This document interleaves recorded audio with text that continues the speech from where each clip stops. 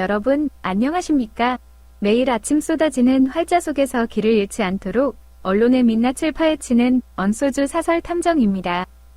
오늘 도마 위에 올릴 텍스트는 2026년 5월 6일자 조선일보 사설 조작 기소 드러났다. 는데 뭐가 드러났는지 밝히길입니다.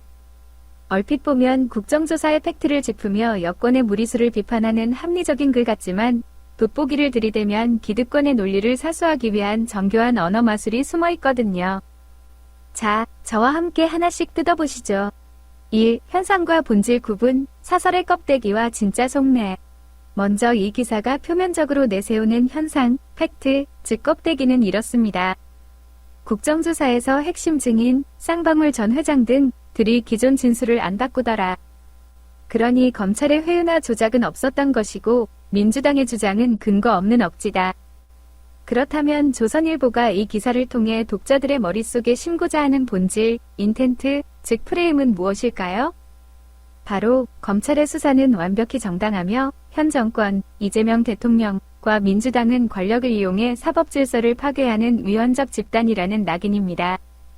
기득권 카르텔의 가장 든든한 오군인 검찰 무오류주의를 어떻게든 방어하겠다는 절박함이 글의 행간마다 묻어납니다. 2. 논리적 허점 타격, 진술 유지는 진실일까? 자, 여기서 이건 좀 이상하지 않습니까? 사설은 증인들이 진술을 바꾸지 않은 이유를 이렇게 설명합니다. 정권이 바뀌었는데도 증인들도 정권 편에 서는 것이 여러모로 이득이라는 사실을 모르지 않을 것이다. 즉, 현 정권에 잘 보이는 게 유리한데도 원래 진술을 유지했으니 그 진술은 참이라는 논리입니다. 합리적으로 추론해보자면 과연 그럴까요?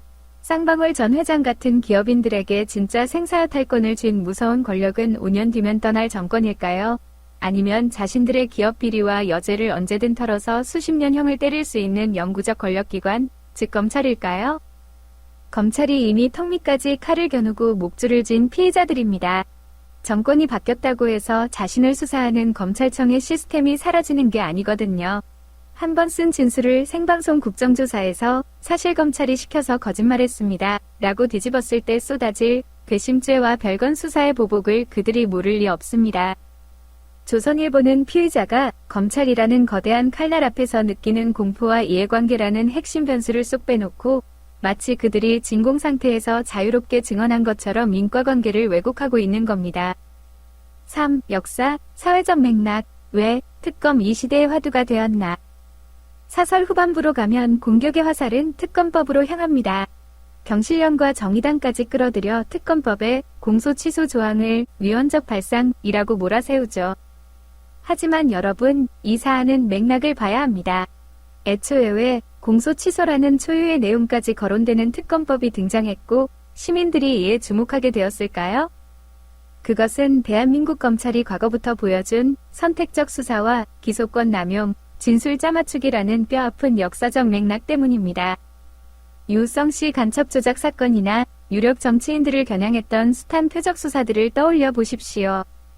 검찰이 목적을 정해놓고 증거를 취사 선택했던 흑역사가 우리 사회 깊은 곳에 검찰 불신이라는 뿌리를 내리게 한 겁니다.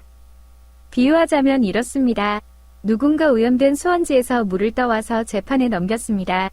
시민들이 저 사람 물에 독을 탔을지 모른다 며 수원지를 조사할 특검을 요구합니다. 그런데 조선일보는 야당 시민단체도 특검법의 특정 조항, 디테일은 반대한다고 소리치며 마치 특검을 하려는 명분 자체가 모두 틀린 것처럼 물타기를 하고 있는 셈입니다. 언론이 살아있는 권력을 감시하는 것은 당연한 의무입니다. 맞습니다. 하지만 선출된 권력만 권력이 아닙니다. 기소권과 수사권을 독점한 채 제19 감싸기와 정치 개입을 반복해온 검찰 권력 역시 어마어마한 성역입니다. 그 성역의 방패막이를 자처하며 얄팍한 논리로 시민의 눈을 가리려는 기득권 언론의 사설에는 냉소적인 팩트체크를 그리고 진실의 이면을 보려 애쓰는 우리 깨어있는 시민 여러분께는 따뜻한 연대의 인사를 보냅니다. 지금까지 언소주 사설 탐정이었습니다. 내일도 별인 안목을 들고 다시 찾아뵙겠습니다. 구독과 좋아요는 진실을 찾는 큰 힘이 됩니다. 다음 시간에 뵙겠습니다.